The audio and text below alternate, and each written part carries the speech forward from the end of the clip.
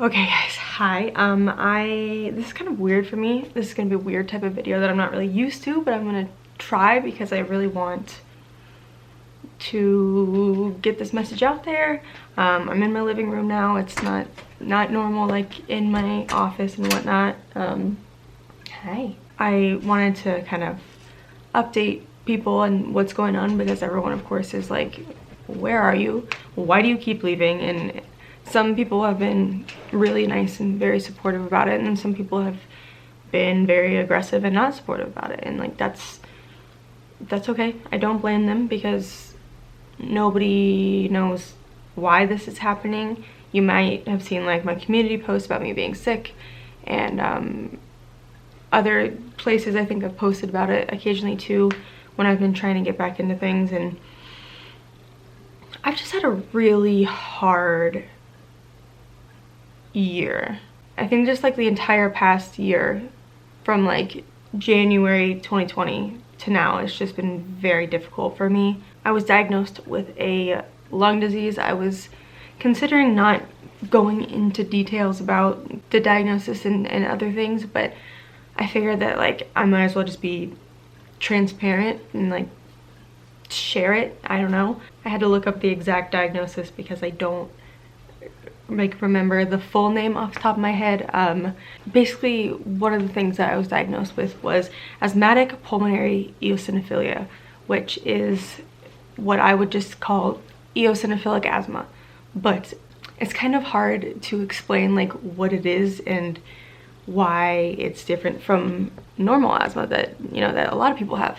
Basically most normal asthmas are caused from allergies, and mine can get worse with allergies, but that's not what causes it. Most people's asthma have had asthma like their whole life. This was something that I was diagnosed with as an adult, obviously recently, and it's terrible. It's not something that can be fixed with like a rescue inhaler. I'm on injections monthly. Used to be every 2 weeks, but now I'm on a different kind that's just like monthly, and I have been doing that to hopefully feel better, but there's sort of kind of feels like there's more side effects than actually getting help from it. So eosinophilic asthma is considered an asthma because of what it does, and I'll get into that, but because of what it does, it's considered an asthma, but it is not the same because it's considered a type of severe asthma. So basically regular asthma can be set off by like running too hard, losing your breath, allergies, that type of thing, and your lungs get swollen and produce mucus, and then you wheeze and whatnot, and it's not fun. That in itself is terrible, and I feel bad for people that have had it their whole life. But for eosinophilic asthma, basically what it is that the eosinophils in my blood, the white blood cells, are producing too many. So I have too much eosinophil in my blood, and it's making it so that my lungs are becoming inflamed because they go to my lungs to, well, eosinophils in the white blood cells are used to fight off infection. So if you get sick, they help with your immune system. They help your immune system. So I have too many of them for whatever reason. I don't know how you get it. Nobody knows how you get it, but you get it. And I have too many of them. And because I have too many of them, they are essentially like piling on top of each other. So if you think of like, there's my lungs, the eosinophils are just caking on my lungs, making them inflamed. And in turn, like because they're inflamed, they're generating mucus. And then I can't breathe very well. I have very bad lungs now, and I can't do very much of anything athletic or, stuff that I would want to do that I normally did. And this all came about because for probably 2.5 years now or more, I have had a very severe cough. And you can probably tell from my old videos that like I was just always coughing all the time for no reason. Well, I thought we couldn't figure out why. I was to so many doctors, went to so many doctors, was on so many steroids, and nobody could figure it out. Everyone was just kind of like, oh, here's some steroids, it'll clear up really quick. But that wasn't the case because that's it wasn't bronchitis like what they thought it was.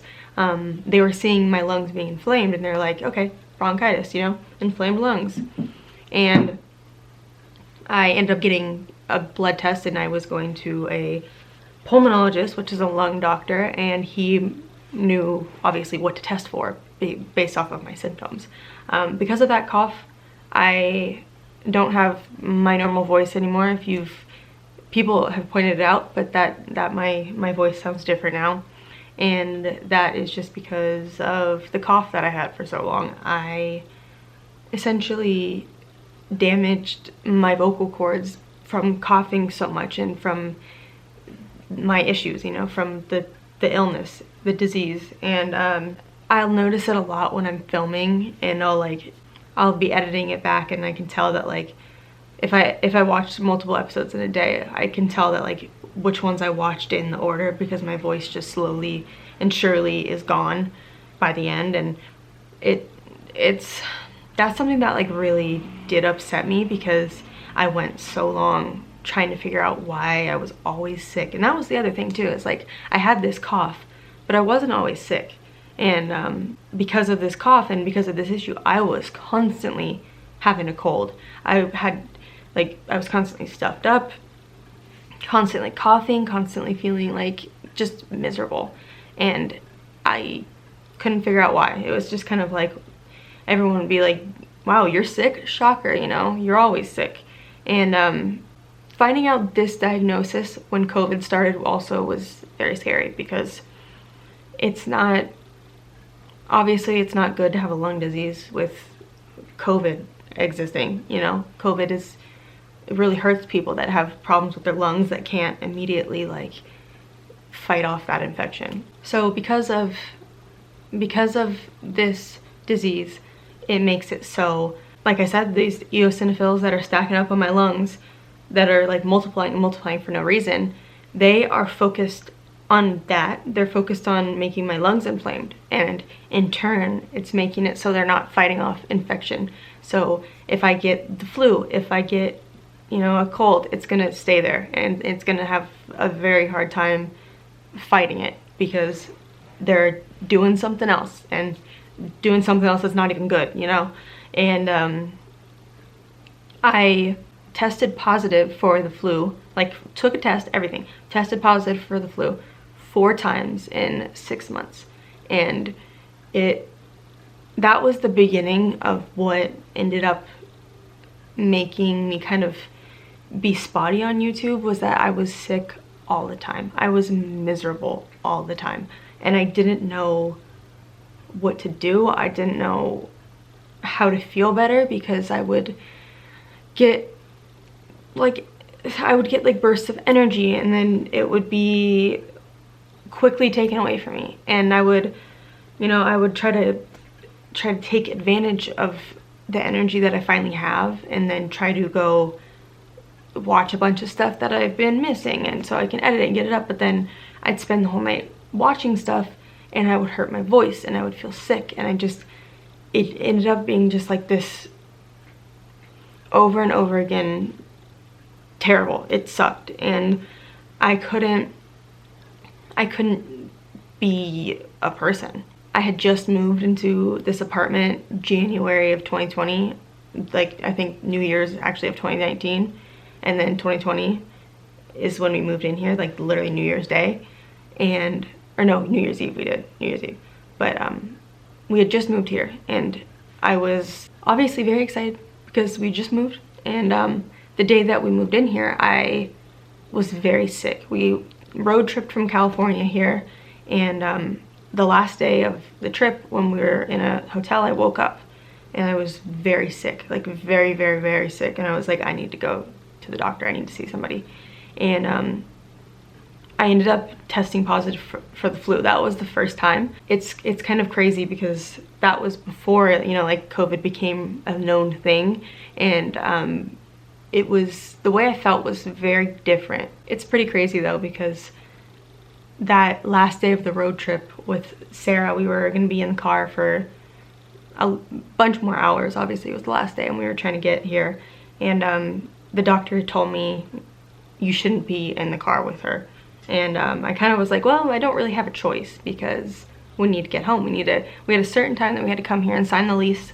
So I was like, I don't have another choice. And so he said, you need to go to the store, you need to buy these masks, and Sarah needs to be taking vitamins, like keeping herself healthy, whatever. It was scary. It was not normal. December 31st, New Year's Eve, I had to wear masks. So this was December 31st, 2019, with a mask and all. So yeah, it was weird. I was sick all the time and they didn't know why, and then found out that I had eosinophilic asthma. There was like at least a few months, at least, that I was almost on bed rest because I couldn't even walk down the apartment stairs. I was stuck in the apartment. I couldn't go anywhere because I would get sick.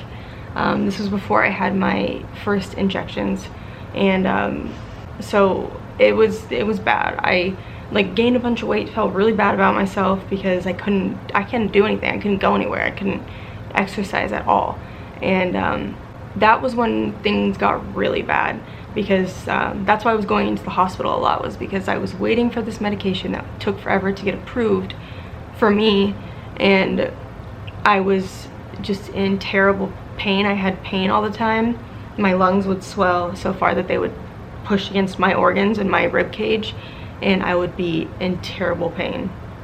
Another thing that eosinophilic asthma is related to is the overproduction of eosinophils. So because of that, it can travel to your stomach, it can travel to your throat, to your esophagus, and it can like essentially shrink your esophagus and make it so inflamed that you can't swallow, which is obviously not okay. It's not good. That's not something that we want. It's very rarely ever just something that shows in one part of your body, like my lungs. It's just been weird. I've never in my life had asthma, so it was interesting that that's like what happened, but it's not the same obviously as asthma. I've said that before, but it's not fun. It's something that, like, when I was told about it, and he said, he first brought it up to me before I tested positive for it. Not tested positive, until he found out that I did have that. He kind of worded it in a way that was like, oh, we need to check and see if you have asthma. And I was kind of like, I don't have asthma, I would know this, you know? People wheeze when they have asthma, you know? It's not something that's just like coughing, you know? And I think I was a little bit offended after that, because I was thinking, this has happened for this long and you're gonna tell me that it's just asthma. But when he did test me for it and then found out that I did have it, I went to him and he explained it to me, and I got to Google some stuff and figure out what it actually was, and that it's not the same as regular asthma. It is terrible, and most people have to go on injection that is a biologic, which is essentially the first one I was on, it aimed to, I don't really know, it aimed to like help the symptoms of the eosinophilic asthma. And the one I'm on now, it attacks white blood cells, so it's trying to like delete a bunch of eosinophils. But because I went for 2.5 years with no diagnosis and terrible cough and not knowing what it was, I now have like scarred lungs from it, because if the inflammation isn't treated, your lungs will develop scarring, and it makes it much worse, and it makes it hard to breathe. The last breathing test I took at the pulmonologist, I did like terrible at, and he was very concerned about my breathing, and it's been really difficult. I'm gonna try to like not be emotional about it, but it's been really hard to just like do my job. And honestly, like, I'm sure people watching this, so like, you have to watch a show and film a video and do this, and it's like, you don't really understand what all goes into having to do that. There's days, most days, that I can still barely get out of bed. And the whole reason that I can get out of bed now is because of the first biologic I was on, called Dupixent. That completely like changed me, you know? it helped me a ton, like a ton. And now I'm able to get out of bed. You know, some days are worse than others and I can't, but for the most part, I've been able to function with Dupixent. But I changed to a different medication called Fasenra, which is the one that is going to be going for the eosinophils. And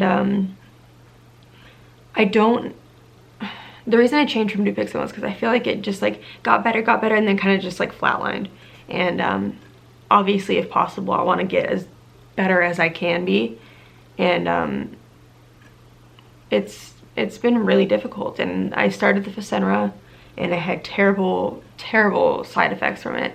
I still do. It's just, I'm on medication because I have body aches from this medicine, and it just kind of seems, it's just, everything is difficult, because if I want something to help with my eosinophilic asthma, then I'm going to be in pain other places. I'm going to have this side effect.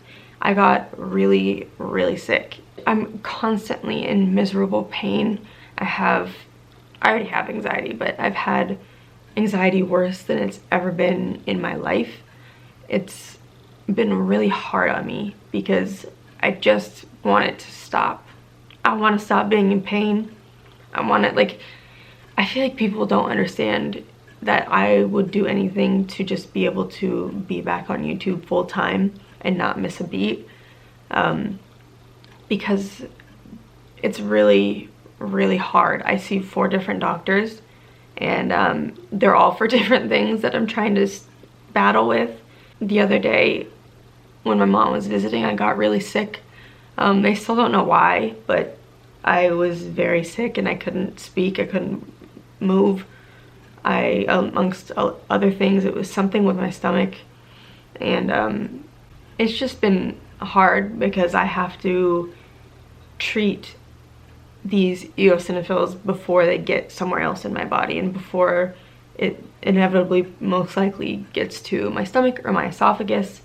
I'm already having trouble like swallowing food without choking, and it's been hard. I'm trying to keep it together because I really just kind of want to get the point across. I want everybody to know that I did not stop YouTube. I am not going to stop YouTube as far as I know, unless something were to happen. All of the shows that I've reacted to, I'm still going to continue. Supernatural, Lucifer, murder, all the scams, like literally all of it, I'm still going to be reacting to. But things have just been very difficult, and I try when I do get that energy to film and to put a smile on my face, but it's really difficult to put a smile on your face and bring energy to a camera and speak to a camera during a TV episode when I don't feel good. And I feel like I'm just getting worse as time goes on. I get like really weird illnesses and really weird things wrong with me, and I'm hoping that I can be on something. Well, okay, my pulmonologist wanted me to try this one medicine, and that if this didn't work, he wanted to send me to the Mayo Clinic, which they are a lot more experienced in things like this. This is a very rare form of asthma, of this lung disease, that it affects like 5% of people with asthma, so not many people at all in the actual world have it. And there's not much out there about it. I've joined like Facebook groups and stuff to try to get more information for myself and to like just figure out what to do with myself. So I've gotten like advice about taking certain vitamins or like turmeric or something like that for my pain, for the joint pain that is caused by the medicine. And it's really just hard on my body. And I don't know if this is gonna end up working out and that I'm gonna probably have to go see a specialist elsewhere. But yeah, I just wanted to share that with you guys. That's been my life for the past year, and I'm not even joking. That's what I've been doing. I haven't been out screwing around, you know, like I'm miserable. And it's hard. It's very hard to find the energy to do my work. It's hard to sit at the desk and edit a video when I'm in pain. It's all been very difficult. And not only that, but I'm exhausted all the time because my body is fighting to be okay. You know, I'll have a rush of energy and then I'll just crash because my body can't keep up with me. It's been hard, and I just wanted to come on and tell you guys a little bit about what was going on, and just that I really appreciate people's patience and understanding when this has been happening. I'm trying like so hard, you have no idea, to get back on track and to be normal, and I felt like I needed to post this first to let people in on what's been happening with me and why I've been gone. And it's not just because, you know, I'm greedy and I'm just like not gonna put effort into it anymore, because there's nothing I want more in this world right now than to be okay and to go back to my normal life and go back to making videos every day, because that's what I want to do. That's what I have always wanted to do. And it's really difficult to like walk by the office and to see my stuff and to see the desk, and I'm just like overcome with like sadness that this is happening. I really appreciate everybody's patience and understanding. I was like really at a low point the other day, and I kind of was just like overwhelmed, you know, and just like, am I, should I even continue with YouTube? I don't know, because like I don't want to let people down. I don't want to be missing all the time, and I don't want to make people feel like I'm just like flaking on them, you know. And especially Patreon people, because they're paying for my content and I'm not there, and I feel really guilty about that. I do. And it's just, I was at like just a low point, and then I got a comment that like popped up on my phone that just like said, I really miss you, you know. And stuff like that like really helps. It does. It really helps a lot, because I'm sure some people are not okay with what I'm doing, and that's okay. And I understand. I really do. I understand that it's hard to support somebody that's not there. I do. I get it. I get it. Totally get it.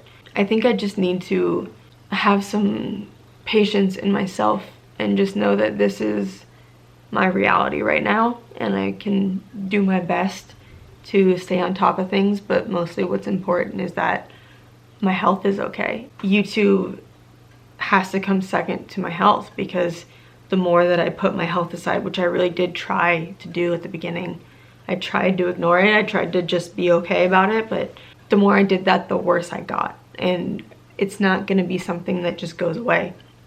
I'm gonna have to treat it for the rest of my life and figure out how to function with a lung disease that I got and can't get rid of. I just wanted to kind of let everybody into what has been happening and what my life has been like for the past year, and kind of make sure that people understand what is actually happening, and just give some sort of understanding, even if you don't fully, you know, no one can fully understand it, but if you can, just a little bit, that's what matters. And the biggest thing about this video is me just wanting to say thank you. Thank you for being patient. Thank you for being so supportive. Thank you for still wanting to see more, even when I haven't been here for a million years.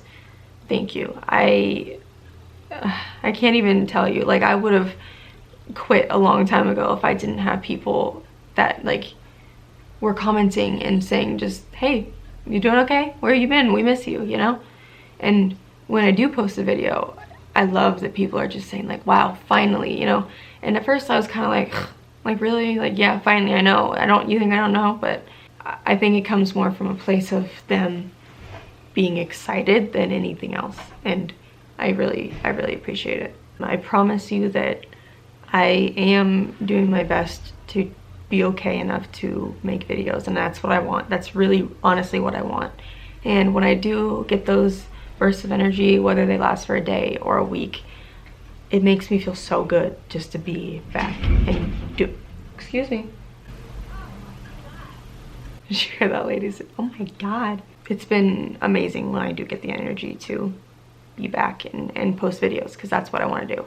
But I did want to let you guys have an eye into what's been going on. I didn't want to go too much into detail about some of the stuff that I'm also going on with, that's also been happening with my health, because it's just all stuff that has stemmed, I honestly think, from that. And yeah, it causes a lot of issues and problems, but I'm working on it, and I'm trying to get better and be better and come back full time. And I'm hoping that if I do have to go to the Mayo Clinic, that they have an answer for me, or they have something that I can try that might work better. But thank you guys again. Thank you so much for your support. You guys have no idea how much that means to me, and I can't wait to be back. I can't wait to post and to just interact with you guys again. Thank you. I love you guys. I appreciate it. I appreciate the support. You guys are the whole reason that I haven't just quit because things are hard, you know, things are hard, and I almost did quit YouTube, and I don't want to. That's not what I want. At the end of the day, it's not what I want, and I would regret that if I did.